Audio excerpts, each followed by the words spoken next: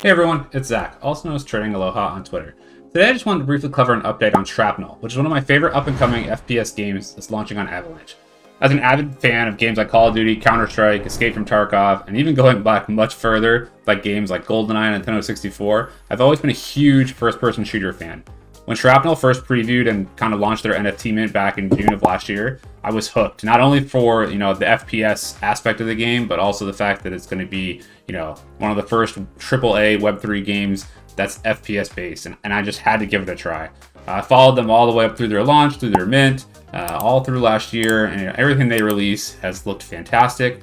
They've been heads down all through 2022, continuing to build their community, continuing to engage with their community, and also push forward through going to conventions and just dropping things here and there that kind of benefit the holders who minted, and it's just been great.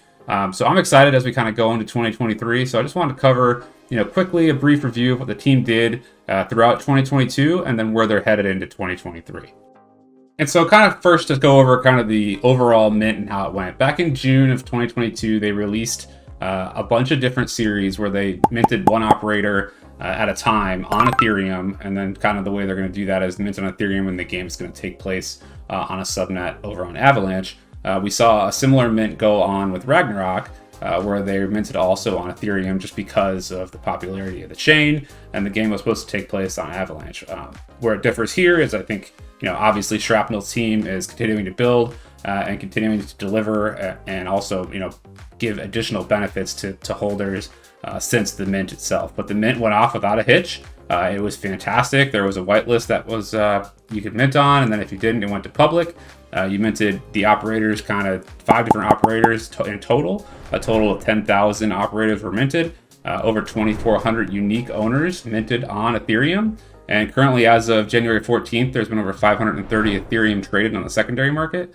And I think what's interesting here is, that only 2% of the 10,000 NFTs that were minted are listed, which is fantastic when you look at, strong communities that aren't, that haven't lost their value. It's really usually results in a low listing number, which can create, quick supply and demand shock as things are released. And we've seen that if you kind of look at the activity since June, it's actually, only went below down by mint price in August and September when we're really like in the deep part of the bear market. And then since then, it's bounced back. It's still above mint price, which is, for a project that the game hasn't actually been shipped yet, but there has been plenty of updates. I think this is a fantastic sign that there is interest and people are willing to hold the operators all the way through and not even list them and just hold on to them to see what they can be used for in the game, because there will be a free-to-play version. There will be, benefits for holding the NFTs. So I think everyone's interested to see kind of how that plays out. I myself, I have all 5 operators as well, and I've kind of been holding on to them. I traded a few here and there, just try to get more rare ones once they're revealed. But for me, I'm holding on to them to see what goes on. So to kind of benefit the holders of the token or the NFTs as well, they also did launch a 5-episode digital comic book that was airdropped on Avalanche to the holders that held the NFT operators, and that kind of helps continue to build the storyline, continue to build the hype. Just to continue to shape how the game is going to play, so people can understand the lore and the targets behind the game. I think that's just something that's been lacking on the NFT Web3 side of the house. The game gets shipped, there's really no build up, there's no hype, there's no storyline, but the team here is doing a great job in keeping that story alive, keep building on it, keep delivering little bits and pieces of it as we get closer to alpha release and testing and the actual game coming out. That just keeps people hooked and keeps people interested. So I love the fact that the team did that here. And I think from the minting side of the house on Ethereum and then setting up for, the launch of the game over on Avalanche on a subnet, I think is a fantastic way to approach that. And so one of the other things the team did throughout 2022, and you can kind of look at their Medium as well, and we'll leave the links to those all in the description below, is they attended numerous, high-level, mid-level events to just keep getting their name out there and keep growing their community. They attended South by Southwest. They had different booths set up. They helped grow their social media, not only on Discord, but on Twitter. And at the end of 2022, I think they had something around almost 100,000 followers across all mediums, which I think is fantastic in a bear market. that you continue to drive that growth organically on all social media mediums. And then at the same time, the Discord themselves, if you haven't joined the Discord, I recommend jumping in there, checking it out. Real friendly, real easygoing, really laid back. The team holds game nights all the time. I've seen them play Fall Guys, they play Hacksball. They're giving away all sorts of prizes, from whitelists to Steam gift cards to anything you can think of. It just keeps it interesting, keeps it engaging. They drop teasers and pictures and all sorts of information in there. So if you haven't jumped into the Discord yet, I recommend just jumping in, check it out. You can see on the Medium they even printed out some of the comics that they made from Volume 1 and had those available at their Comic-Con in 2022. And I just love everything they've done here. And to kind of build off of that, they actually teamed up with a member that was very active within Discord to help create a live action short they released, which I think is fantastic to see the game, not only them working hard on developing the actual game itself, but also taking the time to develop a comic book and a comic series to build the lore, and then shifting from that to moving over to creating a live action movie that kind of depicts the day in the life of the operator and just continues to build that hype up. And you can watch the full live action short. I think it's around 8 minutes on YouTube, but I just wanted to show you the preview that the team released earlier this year, just to give you an idea of what it looks like. And then if you want, you can jump down to the link in the description below and check out the full thing.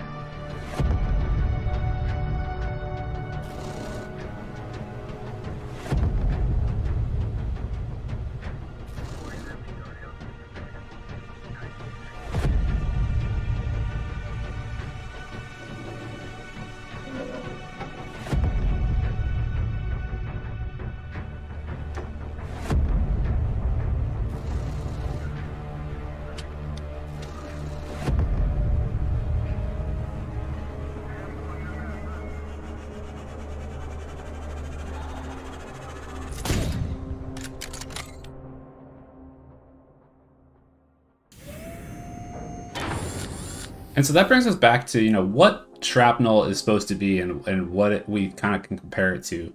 If you haven't seen, the trailer or any of the information or videos that we've covered over the past year or so, I just recommend, take a look at them on Shrapnel's YouTube. You can take a look on our YouTube channel as well. We've covered a lot of Shrapnel content, but just kind of give a review of what it's supposed to be. And I think you can really take a look at, in their white paper, they have a comparison from what Shrapnel brings to the game and compares it to other top PC shooters. And the one that stands out the most is Escape from Tarkov. But I think one that since this white paper's been released, that it really is closely compared to, I think you can look at the new Warzone 2 DMZ model, where it's an extraction based kind of like RPG FPS, where you can bring things into the map. If you get killed, you can get looted by other players, and once you get extracted, you keep everything or almost everything that you left with. So you can kind of see there, Escape from Tarkov was pretty similar, with the only thing not brought to the thing is player-run cosmetic markets, which obviously is a huge Web3 thing, and I think that's a game changer when it comes to Shrapnel, because I cannot wait to see the skins and the game and the weapons and the land and the new maps that are developed by players that keep the game fresh, interesting, and available to be updated very frequently.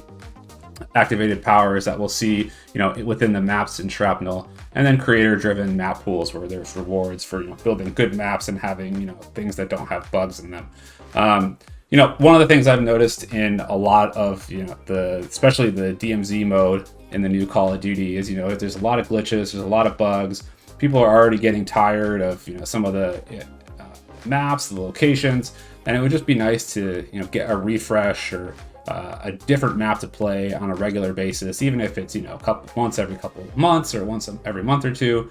But with DMZ, which is a large studio, and it being Web 2, and we got to wait on them, it's not going to happen until seasons go on and maybe things are changed. But with games like Shrapnel, where there is a community-driven incentive to build new maps and fix bugs and keep the game fresh and keep new players coming in. I think we'll see a lot more diversity when it comes into like maps and things getting fixed in game and all sorts of just different things that we'll see: new weapons, new skins, potentially new vehicles, just different ways to approach the game, and it'll keep it real fresh. And that's the part on Web3 that I love. So, and everything's an NFT, right? So you bring it into the game and all the gear is an NFT. So that you bring that in, it takes a risk to a whole new level. In DMZ on Call of Duty, you bring your stuff in, you get wiped, you lose it all. Okay, you jump back in, you get some stuff, you bring it out, and you put it in your stash, and you can bring it in later. But that's all you can do with it, right? You can't really like sell it, you can't trade it. You just build your stash, and it's just kind of rinse and repeat. With the fact that it's all NFT and tradable on markets now, on marketplaces, you could go in, find a bunch of great gear, extract with it. And then, someone who wants to just build their stash with like elite weapons can, buy those from you without having to go in game. So it gives you an incentive to, actually build a stash or keep things in your stash that you want for a long time. And it gives an incentive to buy things too. I mean, if you want to go in with a huge squad that's all got the best gear, you can buy it all and then jump right in. You don't have to worry about, getting wiped and then going back in, and then you got a bunch of cool guns in your stash, but what do you do with them? That's it. They just sit there because you don't want to lose them and you can't get them any other way. So I just like that as an incentive. There's more ways than just jumping in and jumping out to get the gear that you want. And so the object of the game, as they've done in a couple interviews, the loot gets better as the game goes on and the extraction points get smaller. So as the game progresses, the value of the loot that's left on the map gets smaller, and the map becomes more and more crowded. So teams that want to stay and hunt the remaining players are going to be rewarded for better loot, better resources the longer they stay in the map. But also there's going to be AI, which creates kind of like a high stakes risk-taking mentality to stay in there the longest and extract when you can. So I love that. I love the fact that as the map gets smaller, it gets harder and harder and harder. I can't wait to see how that's implemented as well. And then on that too, of course, as the value gets better the longer you stay in the game, that just makes the value of that type of loot on the secondary market more valuable. You're not just going to jump into a match and find the best weapon within 10 minutes of being on the map and get lucky enough to extract with it. You're going to have to be able to survive long enough to be one of the last squads on the map to extract with that item. And so if you're not able to do that, then you can buy it on the secondary marketplace, which gives those players incentives to keep going back in and staying longer and getting those items so they can put them back on the marketplace to sell, and it just keeps the economy kind of building on each other, which I really think is great. And then when you go back and kind of look at the white paper itself, and you see the different ways that you can actually earn in game, I think it's interesting to see that it's 4 different pillars where you can earn the Shrap token, which is players, creators, curators, and then landowners. And then to build off that, Shrap's going to be the main token and the gas token for the subnet. And there's going to be a staking concept that's going to allow Shrapnel players to earn rewards based on the performance of assets within the game. So you can stake Shrap on an item or a map, and based on how well that asset performs, it will earn you more Shrap. And you can also earn customizable weapons, maps, and then for landowners, you make a commitment to the ecosystem to kind of build a valuable map to play on. And then as you stake, you allow us to become more invested in the game. They earn rewards for supporting the game, as well as if the map is popular and it's played more, then you're going to earn more as well. So it just gives developers and people who thrive off of FPS type games that kind of know exactly what makes up a good map and what would be a good way to build one, and had a good idea and just really wanted to bring something back to the community. This is your chance to not only build those maps, make a name and reputation for yourself, but also earn a little bit on the side. So I think as we see these types of things come into Web3, especially in the AAA games like this one, you're gonna have a lot of guys that are up and coming that just haven't had a chance to do it, really make a name for themselves and potentially deliver some really great maps with some really great experiences. I think it's an outstanding way to look at it. Having played hundreds and hundreds and probably thousands of hours of FPS games, the maps get stale. I mean, we've all run through the Counter-Strike maps over and over again, the Call of Duty maps over and over again for years and years and years. And there's always a few that are favorites. And I think, given the opportunity, I think some people have some great ideas that we're going to see that haven't been done before. And I look forward to seeing how those play out once these land owners are able to kind of build those out and see how they play within the game.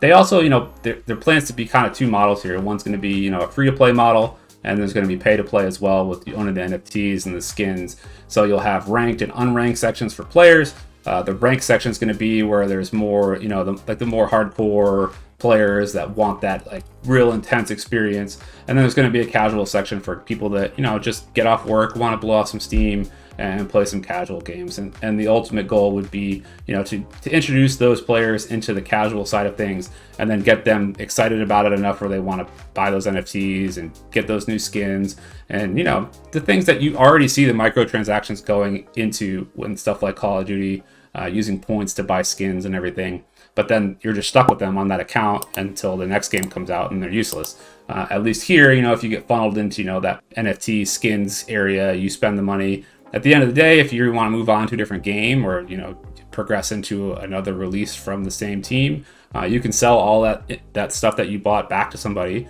and it may become more valuable because, it may have only been offered for a short period of time and there's no more on the market. And you could actually end up making money off it and, be able to move on to the next game without feeling like, oh, I spent $70 on the last Call of Duty and now I got to buy the new one for $70 and the old one's useless. So I do love that. So initially, when players, this is the best part, I think, of the setup, is when players load into the game, they just need an email and password, and you create a wallet. It's going to be like a total Web 2 environment. There's going to be no blockchain, no fees you're going to have to deal with. You can just log in and play. You're not going to have to worry about, onboarding people and setting up, passwords and key and storing seed phrases and just all the things that kind of off-put some of the public that don't have the knowledge or haven't played with crypto before. And just wouldn't be comfortable doing that. I think the fact that the team's got that way to set them up and just enjoy the game at first, and that's their first experience with it, is a great way to approach it.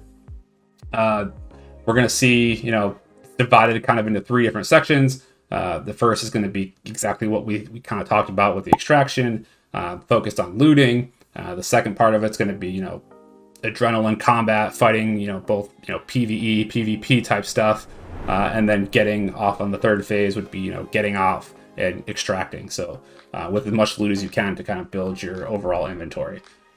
It's going to be, I think, one of the best things we've seen in a long time as far as a Web3 game. I don't think there's anything close to this, coming out in anywhere in the near future, especially on any other chain, especially in the FPS kind of RPG mix of games. So I'm super excited about it. I love that the team has decided to chose Avalanche because of the subnet. It's going to be fast, it's going to be seamless, and it's going to be real inexpensive, especially if the team can maintain the sustainability of the ecosystem within Shrapnel, which I think they can do. And they have a great approach to it. And then you take into effect that look how huge, games like Call of Duty, Escape from Tarkov, Valorant are all huge when it comes to streaming. I think once this comes out, we'll see a whole rush of more people jumping on Twitch, playing Shrapnel. I mean, there are so many people complaining about the new Call of Duties, all the FPS games. People are just, they're all the same. They're all stale. They want something new. This is the perfect time for a game like this to come out that offers, all those elements from all the other games, combining it into one in a Web3 type environment, where you can, control your own economy and based on supply and demand. So I think this is the perfect time for this to kind of move through its development stage into release over the next year or so, and it has a chance to capture a lot of that volume from people that are seeking something different.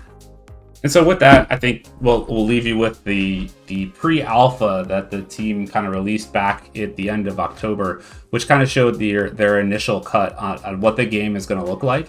I know that there was initially some great reactions to seeing the game, as in the pre-alpha stage. Some of the expectations from people were this should be a final product, and there were issues with not being as seamless as it should be. But I think, if people understand that, it's a pre-alpha release just to kind of show you what the game's capable of. Obviously, when it gets to final release, it's gonna all those issues that people are seeing and with some of the parts of the video that people might not like are obviously going to be fixed. But I think the overall takeaway from the video that kind of will show here, it's about a minute long or so, is that the things that they're developing behind the scenes and the amount of effort and time and work they're putting into it is going to pay off. And I think I'm real excited to see exactly what this looks like and play it when it comes out. So I'll run the pre-alpha here, and then I have just a couple more thoughts that I want to share, and then we'll wrap this up.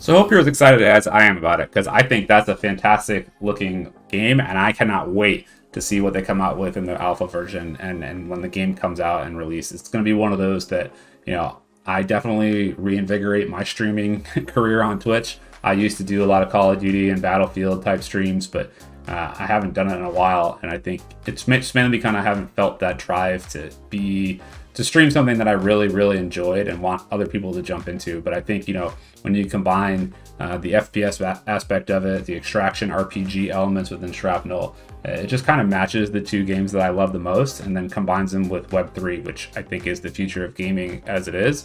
And to be able to kind of broadcast that and play it and help other people, get involved in the game is something that I highly look forward to, and I cannot wait to give it a try, whether that's in the beta, if I can get access to it, or when the game actually releases. I will for sure be streaming it as often as I possibly can, because I just enjoy that type of game, and I love the team that's behind this and everything they've done up to this point. One other thing I just wanted to kind of highlight, on the shrapnel.com and the comm center, they publish everything here. It keeps it updated. The website's always fresh, which I think we don't see a lot in crypto Web3 space, where the websites often go stale. Nothing gets updated. You have to go to the Discord or Twitter to find the most recent information. Obviously not the case here. You can jump into the comm center. You can see the upcoming events. The last one they had was on January 9th. They did Smash Carts, so not that long ago. And I'm sure we'll see those events updated as well. It tells you what they're going to be doing, where it's going to be taking place, what you could potentially win. They did on right before Christmas. They had top prizes for $25 Steam gift cards for the 3 winners of Smash Carts.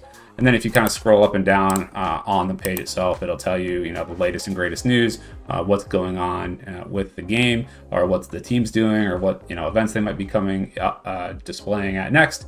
So just jump over there and check it out. You can also jump in the Discord and Twitter. They post the stuff there as well. So I think they've just done a great job making sure their messaging is concurrent across all mediums all the time. So I hope this has been helpful. If you can, give it a like and a subscribe to help out the channel and keep us pushing videos out to you to show you what's coming in the Web3 space as far as GameFi. I'm extremely excited about this one, and I hope you are as well. Please hit me up anytime at Trading Aloha, and if not, I'll catch you next time. Thanks.